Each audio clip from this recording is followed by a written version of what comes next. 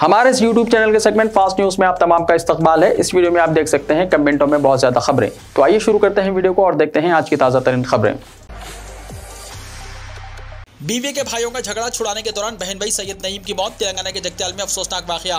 दो बरादर निस्बती की लड़ाई रोकने की कोशिश में बहन भाई की मौत हो गई। यह अफसोसनाक वाकया तेलंगाना के जगत्याल शहर में पेश आया। तफसीलात के मुताबिक जगत्याल शहर के विजयपुरी कॉलोनी के रहने वाले दो भाई हयात और ताज के दरमियान आज सुबह 2000 रुपए के मामले में लड़ाई हो गई और ये दोनों एक दूसरे के साथ मारपीट करना शुरू कर दिए। इसी दौरान घर में मौजूद उनके बहन भाई सैयद नईम ने दोनों की लड़ाई रोकने पर पहुंच गए। इस दौरान धक्कम पेल में नईम का सर दीवार की बेसमेंट से टकरा गया, जिसके नतीजे में उनकी मौके पर ही मौत हो गई। पुलिस ने इस मामले में केस दर्ज कर लिया है और मसरूफ तहकीकात है। निजामाबाद में कुत्तों की दहशत, 10 बच्चों समेत 12 अफराद जख्मी।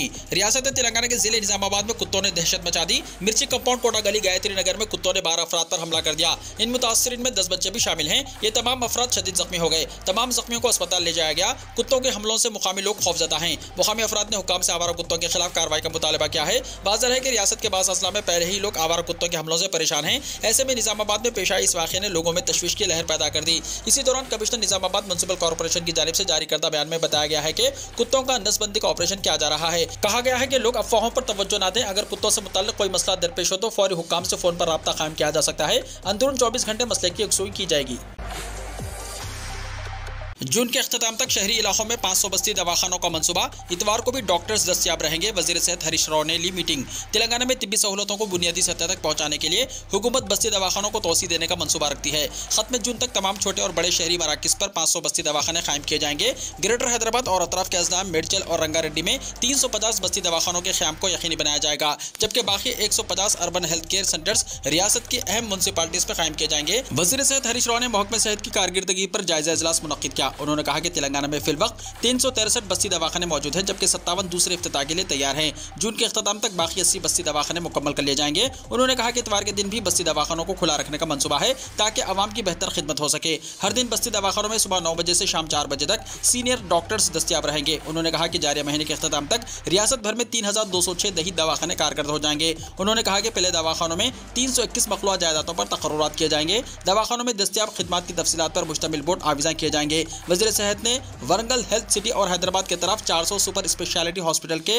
अंदरून 1 साल तकमील की हिदायत दी है। महकमा इमारत व शवारे मुकर्ररा मुद्दत में कामों की तकमील को यकीनी बनाएगा। हैदराबाद में जाली आइसक्रीमों का मुरक्कब। क्या आप अपने बच्चों पर नजर रख रहे हैं कि वो आइसक्रीम खरीद रहे हैं? अब होशियार रहने की जरूरत है, क्योंकि धोखाबाज आइसक्रीम के ताजिर मुख्तलिफ ब्रांड के नामों से फरोख्त होने वाली आइसक्रीम और चॉकलेट में मिलावट कर रहे हैं। इस तरह की आइसक्रीम आपके लिए और आपके बच्चों के लिए परेशानी का बाइस बन सकती है, जिसको इस्तेमाल करने से सेहत खराब हो सकती है, हत्ता कि जानलेवा भी साबित हो सकती है। हैदराबाद में पुलिस और फूड सेफ्टी ओहदेदारों के छापों में परेशान कुन हक़ाइक़ सामने आ रहे हैं। काकतिया यूनिवर्सिटी TS ISET मुनक्किद करेगी। Telangana state council of higher education ने TS ISET 2023 के इम्तिहानात मुनक्किद करने की जिम्मेदारी काकतिया यूनिवर्सिटी वरंगल के हवाले की है, ताकि तालीमी साल 2023-24 के लिए MBA MCA कोर्सेज में दाखिले दिए जाएं। TS ISET 2023 के लिए रजिस्ट्रेशन और ऑनलाइन दरख्वास्तों की आखिरी तारीख 6 मई मुकर्रर की गई है, जबकि 250 रुपये देरीना फीस के साथ 12 मई रजिस्ट्रेशन की आखिरी तारीख होगी। 500 रुपये देरीना फीस के साथ रजिस्ट्रेशन की आखिरी तारीख और ऑनलाइन दरख्वास्तों की आखिरी तारीख 18 मई होगी। उम्मीदवारों को पहले ही दाखिल करदा ऑनलाइन दरख्वास्तों में तस्हीह की इजाजत 12 से 15 मई रहेगी। Professor P Varalakshmi convener ISET ने कहा कि 20 ऑनलाइन रीजनल सेंटर्स, जिनमें 16 तेलंगाना और 4 आंध्र प्रदेश में हैं, इनकी निशानदही 4 सेशंस में 26 और 27 मई को होने वाले इम्तिहानात के लिए की गई है। डिग्री फाइनल ईयर के इम्तिहान में शिरकत करने वाले उम्मीदवार भी अहल होंगे।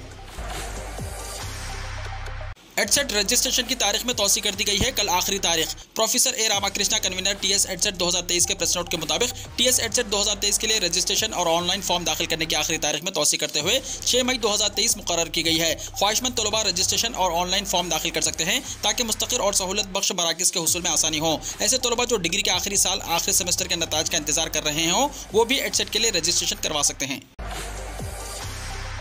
हेलीकॉप्टर हादसे में तेलंगाना के सिलसिला जिले का फौजी हलाक। जम्मू और कश्मीर के जिले किश्तवाड़ के जंगलाती इलाके में जुमेरात को एक फौजी हेलीकॉप्टर हादसे में तेलंगाना के सिलसिला जिले के बोरपल्ली मंडल के मलकापुर गांव के P अनिल की मौत हो गई। अहल खाना ने बताया कि मलकापुर गांव से ताल्लुक रखने वाला अनिल गुज़िश्ता 10 सालों से फौज में टेक्नीशियन के तौर पर काम कर रहा है। बताया जाता है कि अनिल हाल ही में 45 दिन की छुट्टी पर गाँव आया था और 10 दिन पहले ही ड्यूटी पर वापस हुआ था और इसी दौरान एक हादसे में उसकी मौत हो गई। मतूफी के बड़े भाई श्रीनिवास ने बताया कि फौजी एहलकारों ने पहले फोन करके बताया कि अनिल हेलीकॉप्टर हादसे में शदीद जख्मी हुआ है। फिर दोबारा फोन करके कहा कि अनिल की मौत हो गई। जब अनिल की मौत की खबर सामने आई तो गांव में सदमा छा गया। अनिल की बीवी सवजनिया और 2 बेटे आयान और आरू है।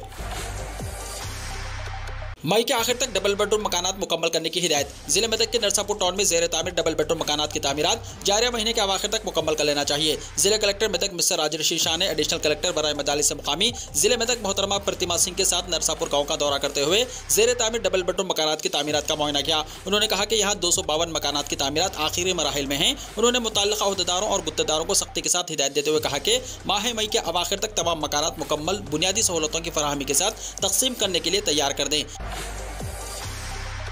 तेलंगाना में बारिश का इम्कान। हिंदुस्तानी महकमे मौसमियात हैदराबाद ने कहा कि तेलंगाना में आइंदा 2 दिनों के दौरान हल्की तो औसत बारिश का इम्कान है। इसी अरसे के दौरान इस रियासत के कई अजला में गरज चमक के साथ 30 से 40 किलोमीटर फी घंटे की रफ्तार से तूफानी हवाएं चलेंगी। 6 मई को जुनूब मशरक खलीज बंगाल में तूफानी गर्दाब का इम्कान है, जिसके जेर असर 7 मई को इसी इलाके में कम दबाव बन सकता है। हुक्काम ने कहा कि यह तूफान शुमाल की जानिब खलीज बंगाल की तरफ पेशकदमी करेगा, जिसके साथ ही इसमें शिद्दत आने का इम्कान है। इस दौरान तूफान मोचा तेजी के साथ आंध्र प्रदेश की सिमत पेशकदमी कर रहा है, जो जारिया साल का पहला तूफान है। हिंदुस्तानी महकमे मौसमियात ने कहा कि आंध्र प्रदेश में जारिया महीने शदीद बारिश हो सकती है, क्योंकि तूफान मोजा इम्कान है कि 6 मई को जुनूब मगरिब खलीज बंगाल में बनेगा और 7 मई को इम्कान है कि हवा के कम दबाव का इलाका बनेगा। 8 मई को वस्ती खलीज बंगाल की सिमत पेशकदमी करते हुए यह समुद्री तूफान में तब्दील हो जाएगा। महकमे मौसमियात ने कहा कि सूरत हाल पर नजर रखी जा रही है। इस तूफान के पेश नजर आंध्र प्रदेश में शदीद बारिश का इम्कान है। किसानों को मशवरा दिया गया है कि वो एहतियात करें और अपनी ज़राई और बागबानी की फसलों का तहफ़्फ़ुज़ करें।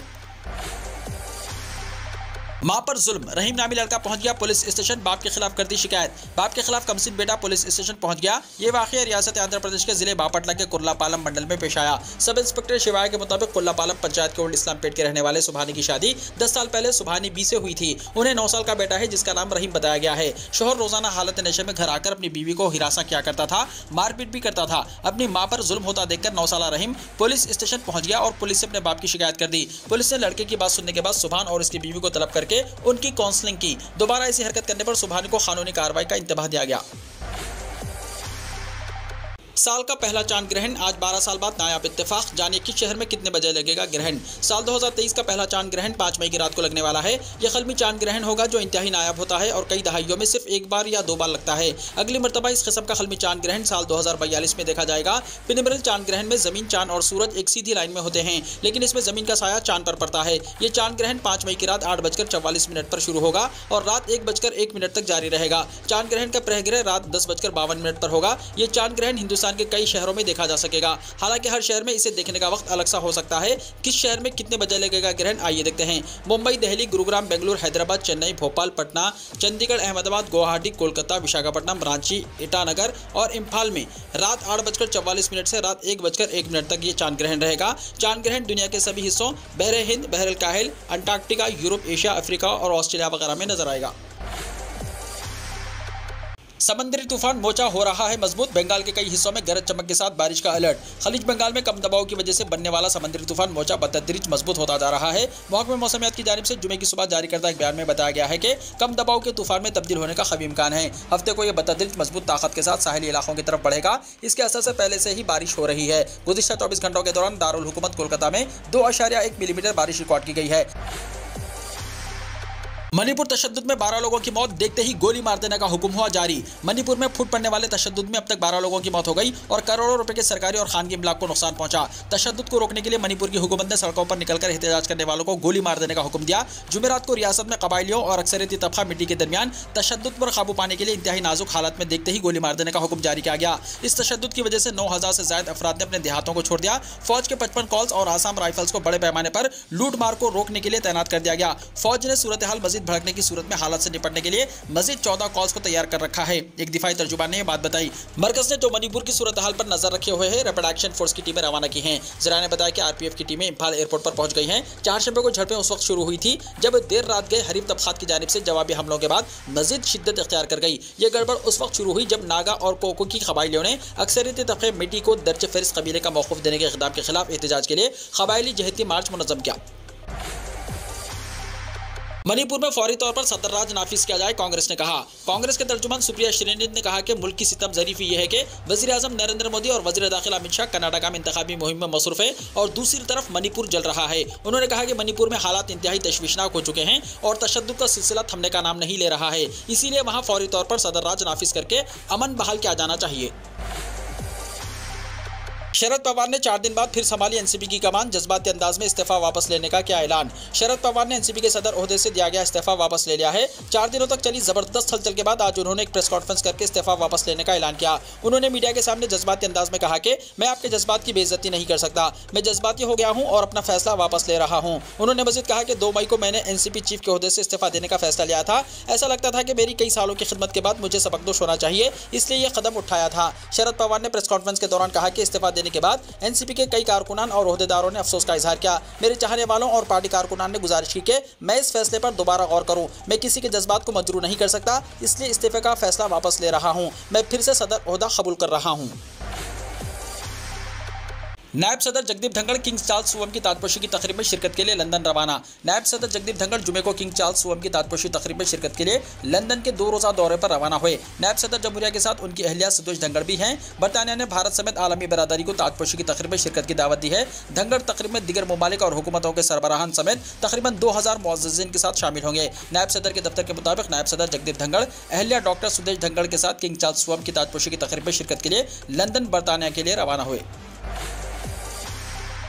महंगाई और बेरोजगारी के लिए बीजेपी है जिम्मेदार, प्रियंका गांधी ने कहा। रियासत कर्नाटका में 10 मई को होने वाले असेंबली इंतखाबात के लिए तमाम सियासी जमातों की इंतखाबी मुहिम जोरों शोर से जारी है। तमाम सियासी जमातों के उम्मीदवार वोटर्स की तवज्जो अपनी अपनी तरफ राग़िब करने के लिए तमाम तर हथकंडे अपना रहे हैं। इंतखाबी मुहिम के दौरान सियासी जमातों के रहनुमाओं के दरमियान इल्जाम तराशी का भी सिलसिला जारी है। इसी दरमियान जिले बेदर में कांग्रेस के कौमी जनरल सेक्रेटरी प्रियंका गांधी ने अवामी जलसे को खिताब करते हुए मुल्क में महंगाई और बेरोजगारी में इजाफे के लिए बीजेपी की क़यादत वाली मरकजी हुकूमत पर जमकर तनकीद की। उन्होंने कहा कि बीजेपी ने मसाइल के सिवा कुछ भी नहीं दिया है और इनसे किसी चीज़ की उम्मीद नहीं की जा सकती। बिदर जुनूब असेंबली हल्के में कांग्रेस के उम्मीदवारों की हिमायत में मुनक्किदा अवामी जलसे को खिताब करते हुए प्रियंका गांधी ने इल्जाम लगाया कि वज़ीर आज़म और बीजेपी लीडर कर्नाटक असेंबली इंतखाबात अवाम के मसाइल पर बातचीत करने के बजाय सिर्फ इधर उधर की बात कर रहे हैं। वो लोग अवाम के मसाइल पर बातचीत करने से कतराते हैं क्योंकि उनके जरिए ही तमाम मसाइल पैदा किए गए हैं। उन्होंने कहा कि कर्नाटका के अवाम को बुनियादी मसाइल से निजात चाहिए। अब कर्नाटका के अवाम को फैसला करना है कि इस मरतबा वो किसे इंतखाब में कामयाब करेंगे। बीजेपी की क़यादत वाली रियासती हुकूमत की अवाम मुखालिफ पॉलिसी से आम लोग अब परेशान हो चुके हैं। कर्नाटका में इस हुकूमत की पहचान यह है कि ये 40% कमीशन वाली हुकूमत है। उनका कहना है कि वो तब्दीली चाहते हैं। कर्नाटका के लोगों को कांग्रेस की हिमायत करनी चाहिए। ज्यादा तनख्वाह पर पेंशन का नोटिफिकेशन हुआ जारी, दरख्वास्त देने की आखिरी तारीख 26 जून। मेहनत और रोजगार की मरकजी वजारत ने मुलाजमीन के प्रोविडेंट फंड ऑर्गेनाइजेशन यानी EPFO की EPS 95 पेंशन स्कीम में शामिल मुलाजमीन को ज्यादा तनख्वाह पर पेंशन देने के बारे में नोटिफिकेशन जारी किया है।